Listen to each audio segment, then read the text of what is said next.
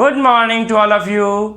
मैं विकास गौतम और आप देख रहे हैं आपका अपना एजुकेशनल यूट्यूब चैनल बायोलॉजी वाटिका।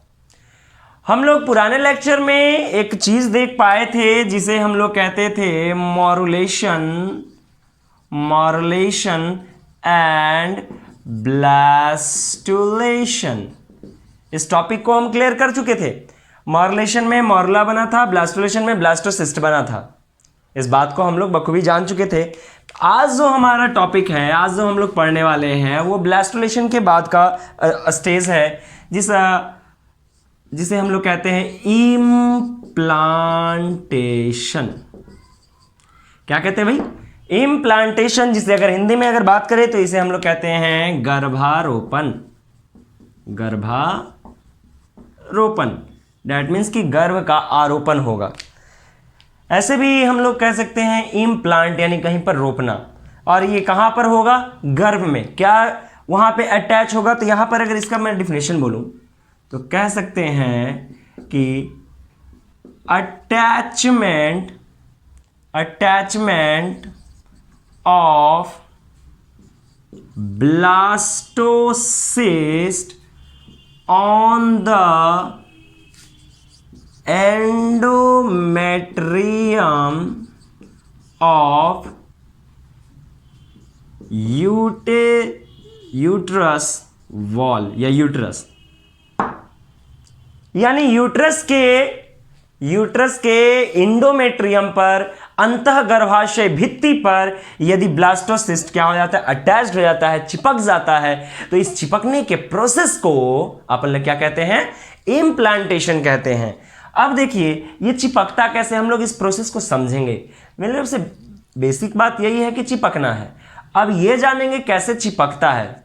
सबसे मेन बात ये है, तो देखिए चिपकने के लिए क्या है, सबसे पहले तो हम लोग फलोपियन ट्यूब को बनाएंगे, क्योंकि प्रोसेस तो यही से स्टार्ट हुआ था ना।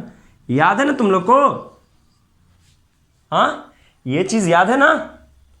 देखो, फाकी मारने से कुछ होने वाला नहीं है। पढ़ाई करो, दम भर पढ़ाई करो। देखो यहाँ पर क्या होता था? जाइगोट बना था। जाइगोट से 2 सेल्ड स्ट्रक्चर, फिर उसके बाद कितना बना था? 4। याद है? ये 4 सेल्ड का। उसके बाद फिर आपका क्या बना था? 8 सेल वाला स्ट्रक्चर बना था, याद होगा। उसके बाद फिर और बना था 16 सेल्स। जैसे जैसे ये आगे बढ़ रहा था, ये नीचे आपका क्या है? तो नीचे आपका यूट्रस कैविटी है। ये फैलोपियन ट्यूब से धीरे धीरे क्लीवेज के थ्रू बंटवारा भी हो रहा है, साथ साथ ये आगे की ओर भी बढ़ रहा है। यहाँ पर 16 सेल के बाद फिर क्या होता है कि एक स्ट्रक्चर बनता है जिसके अंदर कैविटी हो जाता है। आप ये चीज़ देख पाए होंगे। इसे हम लोग बाहर वाला जो है, बाहर वाले को ट्रोफोब्लास्ट कहते थे। याद है? बाहर वाला जो लेयर चला जाता था ट्रोफोब्लास्ट, और अंदर की ओर क्या होता था कि स्मॉल सेल जो है यहाँ पर अंदर भर जाता था एक जगह पर। याद है? जो कि आपका एम्ब्रायोनिक नॉब कहलाता था, या इसी को अपन लोग बोले तो इनर सेल मास भी कहेंगे। ठीक है, एम्ब्रायोनिक नॉब या इनर सेल मास। जैसे ही ये यहाँ तक पहुँचता है, यहाँ तक पहुँचने में उसको लगभग ये जाइगोट का जो डिवीज़न हो रहा है और यहाँ तक ब्लास्टोसिस्ट को यूट्रस तक पहुँचने में करीबन लग जाता है 6 दिन लग जाता है।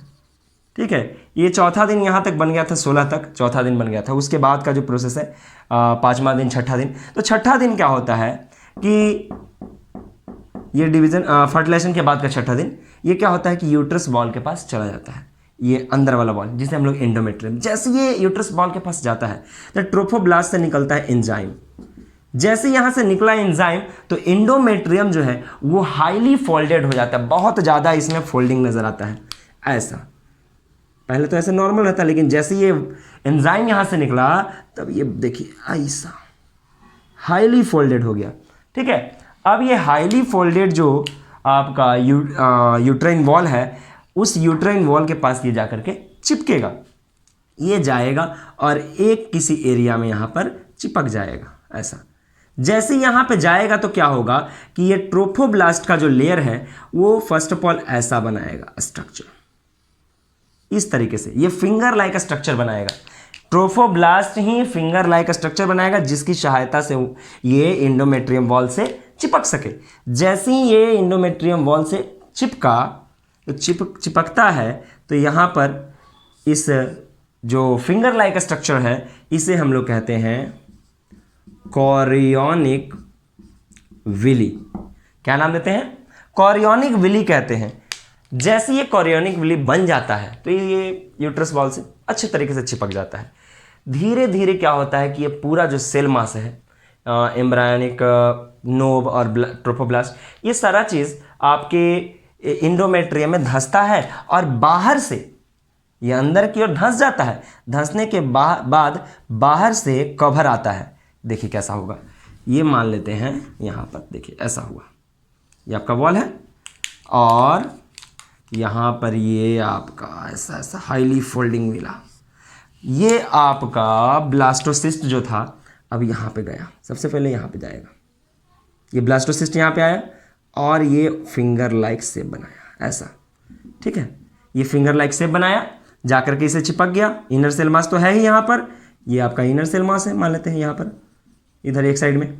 अब क्या हुआ, जैसे ये चिपका तो ऊपर से धीरे धीरे हल्का हल्का ऊपर से इपिथेलियम का लेयर बनना चालू हो जाता है, जिससे ये पूरी तरह से पैक्ड हो जाता है।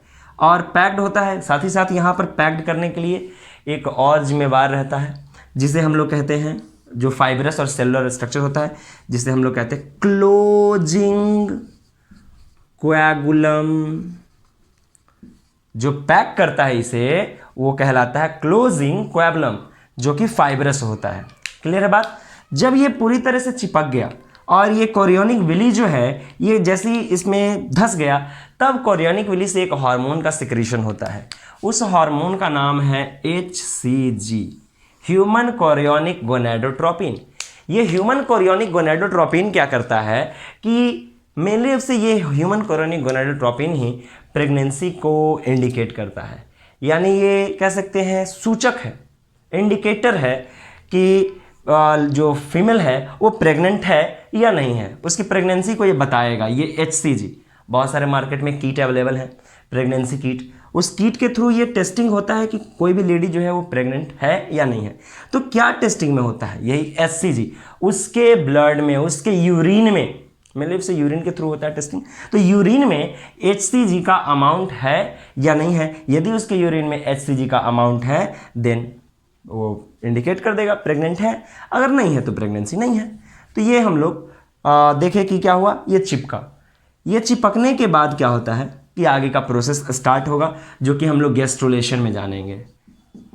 गैस्ट्रोलेशन एक पीरियड होगा, ठीक है, जिसे हम लोग प्रेगनेंसी पीरियड भी कहते हैं, वो नेक्स्ट लेक्चर में देखेंगे। फिलहाल अभी हम लोग देख रहे हैं ये चिपका।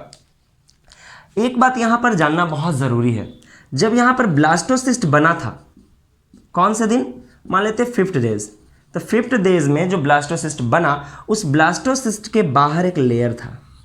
इस लेयर को आप बखूबी जानते होंगे, इस लेयर का नाम था जोना पेल्यूसिडा, याद है? लेकिन जैसे ही ये चिपकने वाला होता है, ये जोना पेल्यूसिडा का लेयर जो है ब्रेक हो जाता है और इसका साइज भी, सेल का साइज भी बढ़ जाता है। तो आखिर यहाँ पर आकर के क्यों ये जोना पेल्यूसिडा टूटा? पहले ही हट जाना चाहिए था। जब इसको हटना है, जब इस जोना पेल्यूसिडा को हट ही जाना है, ख़त्म ही हो जाना है, तो बाद में आकर के क्यों ये टूटा? तो इसका मेन रीज़न क्या है कि ये जो बाहर वाला जो लेयर है, जिसे हम लोग ट्रोफोब्लास्ट कहते हैं, ये ट्रोफोब्लास्ट लेयर बहुत ज़्यादा एडहेसिव होता है, चिपकने वाला होता है। जैसे ही उसको वॉल मिला नहीं कि वहाँ पर वो चिपक जाएगा, और चिपक गया तो इम्प्लांट हो जाएगा, गर्भारोपण हो जाएगा। तो मान लेते हैं कि अगर यहाँ पर इस एरिया में अगर मान लेते हैं कि जोना पेल्यूसिडा, कोरोना रेडिएटा सब टूट जाता, तो ये चीज़ यहीं पर तो चिपक जाता, और यहाँ पर चिपकता तो यहीं पर फिर प्रेगनेंसी होता, यहीं पर एम्ब्रायो का डेवलपमेंट होता। तो यदि एम्ब्रायो जो है अपने पोजीशन पे ना बन के किसी और पोजीशन पे बनता है, तो उसे हम लोग कहते हैं एक्टोपिक प्रेगनेंसी। एक्टोपिक प्रेगनेंसी कहते हैं। ये बहुत ही खतरनाक होता है। इसमें बेबी का तो जान जाता ही जाता है, हो सकता है कि मदर को भी बहुत मेजर प्रॉब्लम फेस करना पड़े। तो यहाँ पर देखिए ये जोना पेलिसिडा का बहुत महत्व है। क्या महत्व है? ये कब तक रहेगा? जब तक कि इम्प्लांटेशन के लिए ये यूट्राइन वॉल के पास ना आ जाए। अगर यूट्राइन वॉल से पहले जोना पेलिसिडा टूट जाता है तो वो किसी भी स्थान पर चिपक सकता है, और किसी भी यूट्रस वॉल पे ना चिपक करके किसी दूसरे स्थान पर चिपक गया तो उसे हम लोग कहेंगे इक्टोपिक प्रेगनेंसी। और ये अभी बात की इसके बारे में, बहुत खतरनाक है। अब देखिए ये एरिया बहुत छोटा है, अब यहाँ पर कोई बेबी का डेवलपमेंट होने लगे, बहुत पतला ये पाथ है, और यहाँ पर बेबी बनने लगे तो कितना प्रॉब्लम, मेजर प्रॉब्लम, आप खुद समझ सकते हो कितना मेजर प्रॉब्लम हो सकता है।